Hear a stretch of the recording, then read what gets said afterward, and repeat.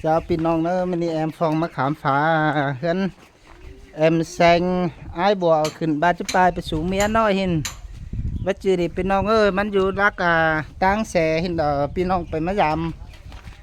มันเข้ามายามีตั้งแสเห็นมันได้จะเอาไปสู่ก็ตั้งแสแล้วบัดจือจีบางเมียไปสู่แม่น้อยนี่พี่น้องเอ้ยบัดจือบางเมียไปสู่แม่น้อยกว่าน้องแอมแซงเอ้ยได้ยินบัวบาเห็นก่อ ai chạy cồn đỏ ra đó kia đó cái nên là cái vừa nó với gì ใคร là máy đẩy เพื่อนอีเดอร์ให้ปีใจเฮาพี่น้องเอ้ยใครแอมฟองเนาะ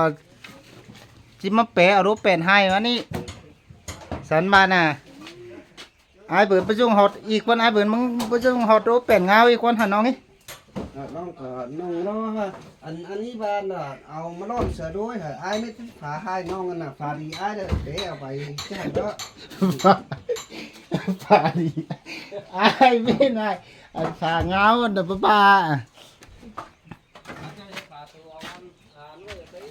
มึงซื้อตอนละไอ้เบิร์ดนี่ Dạ. chín mươi 90 chín mươi โอ้เมื่อ mốt เมื่อเห็นมีอันขังตู่ได้อันนี้มาครับว่า90กับน้องเอาใจมึง10เที่ยวแล้วน้องเอาโบตังปานเก่าไอ้แกงขังอันขังตู่อี อีขังตัวเจ้าเอาบิ่งมาแล้วมันก็เอาไปมันก็จะมีไอ้ได้ซื้อไว้เดียวหรอเจ้าขังมันไม่ซื้อมันก็มีแหละเอาหรอมันไม่ได้ก่อนตอนนู้นเนาะมันขายทุกตอนหรอต่อไอ้หนูน้องเจาะดิคอมันนั่นน่ะหาชิปได้ดังเงินนี่นะครับว่ามันขายเก่าชิปเลยเจาะไอ้หนูมันเจอว่าหาชิปนี่นะว่าไอ้หนูมันหามันแล้วเจาะเป็นเงินเนี่ยมันเห็นบะหมี่นี่มันก็เลยจะเงินมามานี่là hayบรรณาใจกูเพราะว่าบูตังปลานี่มันก็จะได้หักแล้วบูตังปลานี่นะ chạy thôi hả mà đẹp bắt đầu ขายนุดกะขังน้องนกว่าอันเก่า10ป่ะ อันของน้อง เบสิงก็จะได้ยันมารับเป็นน้องเอ้ยเสียตามเถอะ มันซิดมา แล้ว mà cái này cả nó แตน40เต้ก็ว่าวได้นี่ไปได้ขามฟ้ากันอ่ะ đấy มันก็2ฝ่ายอีก็ตะน้องใจแล้วมันก็บ่พี่ใจกูบ่เข้าฝ่ายนี่ว่าซาเจียวอะไรอีน่ะมันก็อยู่จำเฮือนนี่ yên แค่น้อยเด้อว่า cái yên đóมันก็เป็นกลางตั้งกูไปมาเอ๊ะเปลี่ยนเฟซได้เป็นเงินต่อขังหวังบางหน้ามีแต่แต่เนี่ยมันอันนี้ อีเจ้าจะ ขายกูได้เนี่ย เจ้าจะตั้งเสมาแล้วเนาะ เอาได้เนี่ย ข้าใครบ้ามึงอยู่นี่ก็เตียนไอ้ว่าซาเจียวก็เขา บ้าน้องมัน45ก็มันยังลงหาเจ้ากูเจ้าเจ้านี่นะ 40ก็กาเติ้งนี่ข้างน้องบ่ได้40นี่แซ่ คันมึงย้ายไปขี่ไก่ขี่เป็ดนั่นก็เจ้าเอาคนเก่าแอมแซงเอ้ยชาเอาไปยาฟักซะ อันที่ซอกเสิร์ฟไตไปหาน้องเอาไปแล้วอีนั่นน่ะมันก็จะมีแอกูมาแล้วก็จะสั่งที่โซมเอาเน่เป็นมาน่ะ ได้พี่น้องมื้อแต่เจ้าระครับลาดอกอันบาดจะบางจู้จิ้วบางเฮือนน่ะใครจะวางแต่ดอก มันก็บ่บางนี่มันสิไปใส่เอาดอกบ่บางนี่มันนี่ ใครไปว่านี่ไว้กันนี่น้องเอาจอยมึง10เจียวดอกดูของเก่ามึงไปส่งนี่อีเด้อดูไม้บานไม้เคยเด้อสอนบาดเจืองเฮือนทันเนาะเห็นดอกมึงดอกเป็ด10ดอกมึงเอาหลังเฮือนนี่เนาะ อันน่ะสิว่าอะไรดอกอันใช้ข้างไม้อีนคือก็ สอนบาขังไม้ซัด จับน่ะ ตามขึ้นมึงหาเจ้ามากูจะเอาของโดยมือดอกขังไม้ซัดแกงขังไม้บานเดี๋ยวระโบตังปานนี่เดี๋ยวขังโซนบ้ากุ้ยขังอันน่ะยามสฟีมันน่ะ โดนบ่ปีนกินปีนมาอันนี้แล้วไปต้มข้าวต้มน้ำแล้วมันสุกดัวกูหาเสาแต่ก็คือโดยดัวละกูหาเสาอีแล้วมันไปต้มข้าวต้มน้ำแล้วสุกกินหลายอันโดดเรื่องกวางอันเดิมมันเป็นบ่ปีนหางก็ยังกุ้งเงินมาได้ อันก็ไปหาไอ้ท้องไอ้หน้าดวนแต่กระตานกะ เอาอันนี้จ้ะ อันดัวใบหากูกี่ตอนเอง เอาไว้ให้เราให้น้องเอาไปตั้งของ ไปหักปีกายของนี่นะพี่น้อง ให้ นี่ ของเนาะ เดี๋ยวเกิดสู้กันว่าจุดนึงหลังโดนมันเป๊ะไปก่อนเนี่ยก่อนมันจะอายนะโดน เอาดิให้หายได้ก่อน นี่นะมันจะล้มจะสู้เลยอัน ตายแล้วพี่น้องเอ้ยอันสองนี่พอ อันอายหรอมันจะได้กระไรแล้ว ลวดปานไอ้เต้ละกว่าใส่ ปานโน่ เอาอีกขึ้น ด่วนก็ไปให้อ้ายเด้อ้ายก็ไปกินข้าวดิบไปก็ได้ ไปไอ้กองนึงได้ดอก ไอ้ก็ฉันด้วยเราเหรียญมีแล้วเพราะว่าหักแป้งนึกก็ไปหาน้อยนึงแม่ปูตุ่มแกงน้อยนึงแม่ปูอัน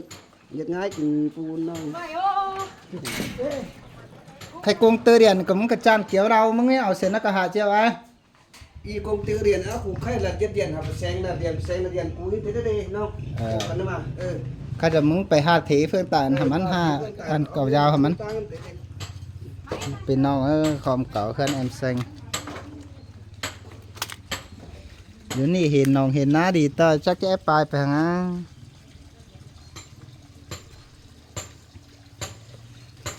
อันนั้นไปตั้งฟังแดน้องแดโคโตโอหลังม้าละซากของเพื่อนเมื่อมันผ่ายไม้แดอันอ้ายเด้อก็อ้ายคือเจอแต่ตาก็ยุบคือปลาก็ปูอยู่สองดังกันเลยอ้ายก็จะไปยัดเตืองเจอดำ เจอใบกันมันก็เบากว่าดูตาเท่าเก่าอี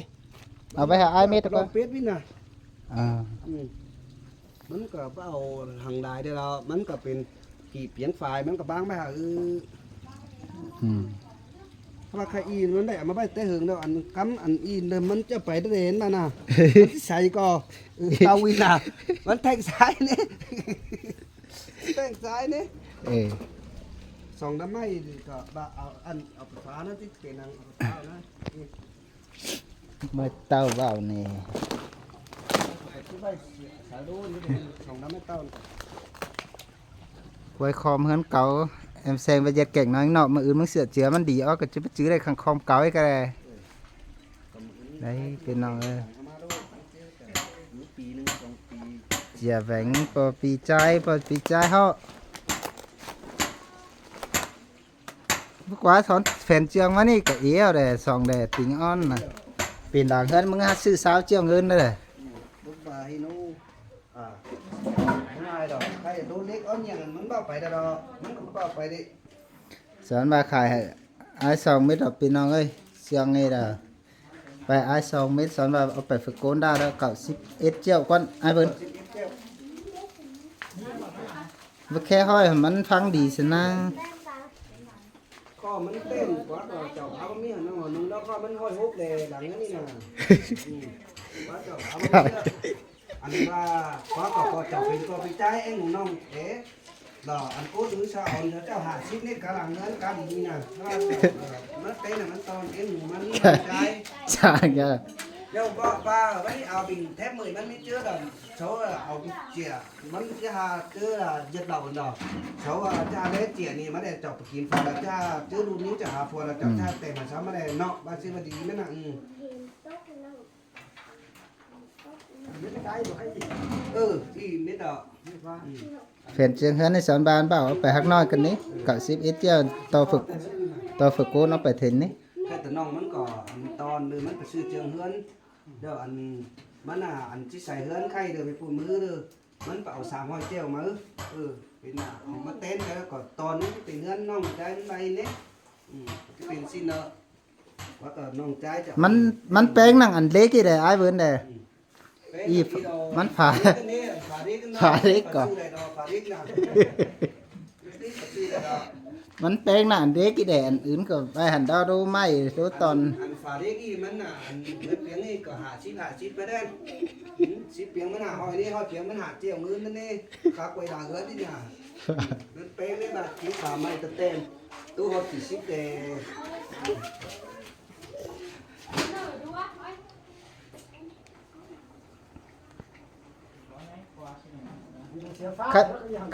ใครมันเอาไปมึงก็อยู่นี่เดียนดอกว่าไอ้ นี่เดียนนี่คือนี่ไอ้นอนนี่นี่กะ เกินขังตูดแรงมันลัดบ่นี่มันบ่ให้แล้วมันเอาไปได้นะเพิ่น อันมันลากูมาแล้วบินจนมาบินอับอาจารย์เสร็จแล้ว ได้จูจีแอมแซงได้เจอไว้กันนะว่าชามีท่าว่าแค่ขังตูได้ย้อนมาพี่มาเอาตูแดงมาเอาพี่น้องมันการนี้ขังการบินก็เอาไปกุ้งกูห้องแล้วกูอันนี้ขังการบินเดือนเลยกุ้งหลวงคือนี่น่ะไปมาจ้าผู้ชายล่มเจอมันแท่งก้มมีได้ล่มจ้าไปบี้ห้องกินน่ะไปบี้ห้องต่อยิน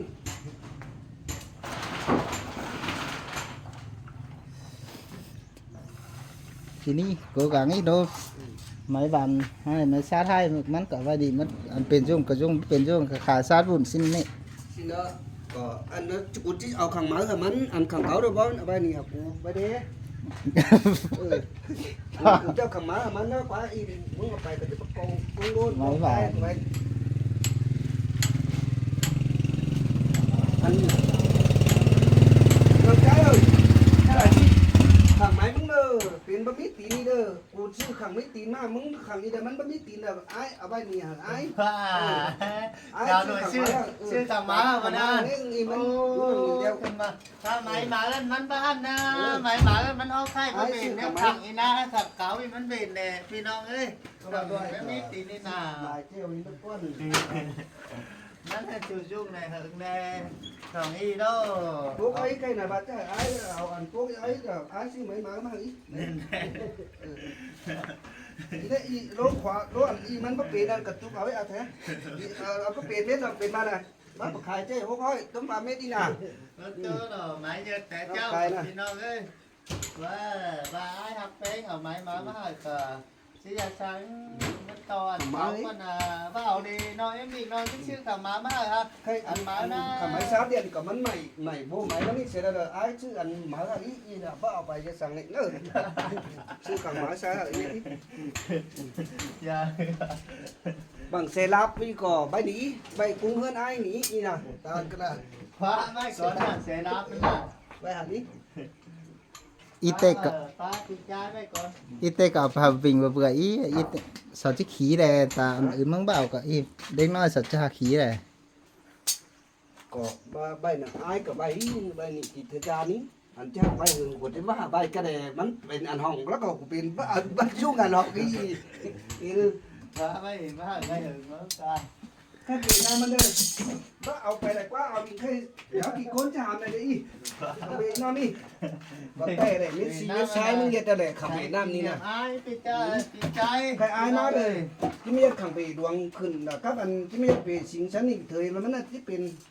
ปุ้งมันเอาขนาดบ้านมึงว่าไปได้น้ำนี่นะ นี่ติดใจสีเบี้ยวกินนอนใจไม่ตายเราพอดูเอาปลาดูมันของเราถ้าหนุ่มล่างก็หายยังเพื่อเอาซองตะไคร้ไปได้เอาเรามันได้แต่เป็นนานเดียวมันเคยผู้ด่างเฮือนตอนมาเบี้ยวออกมาดอก ปีใจเด้อเฮือนดวงมันอยู่กูหัวศอกพี่น้องเอ้ยหาอยู่รักบ้านเจ็ดแต่เจ้าเด้อยายมาสู่ให้สู่นาหาใครงามมาเด้อมั้งเสาเห็นได้โกนอ้อยมาก็บ้านดวงอ้อแอสิ้นมาซื้อคอมเฮือนห่างน้องใจเอาวิ่งอีก หลังเฮือนเธอ อ๋อหลังเฮือนเธอหลังเฮือนเธอเอาวิ่ง ใส่เจอแต่เจ้าก็ลูกล้านเตียนแล้วเจ้าเนี่ยครับว่าแค่เด้อไอ้มาก็ตายเนาะก็ตายซื้อมาน่ะเป็นว่าน่ะเจ้าลูกล้านเตียนเถย อืม อ้ายขาล้านเตียนนี่ล่ะก็ล่ะก็ตายซื้อล้านเตียนมา ทางมาขนาดตีจ้า นั่นน่ะ ดูร้านเตียนมาได้ ฟันกับฟันกับแม่ฝาเจ้าเนาะว่าเลยดูมื้ออ้อมื้อเอาอีกเจ้ามื้อซื้อมาให้เลยก็ไปเซลเจ้าเขาจะกลุ่มใจห่อให้น่ะเป็นฟันเจ้าดอกฟันแมวตัวเอง ปั้นแมวแต่ว่าหน้าประยุกต์ก็เข้าหอมแต่พี่น้องเอ้ย อายเด้อแมวเอ็มเด้อล้านเตียน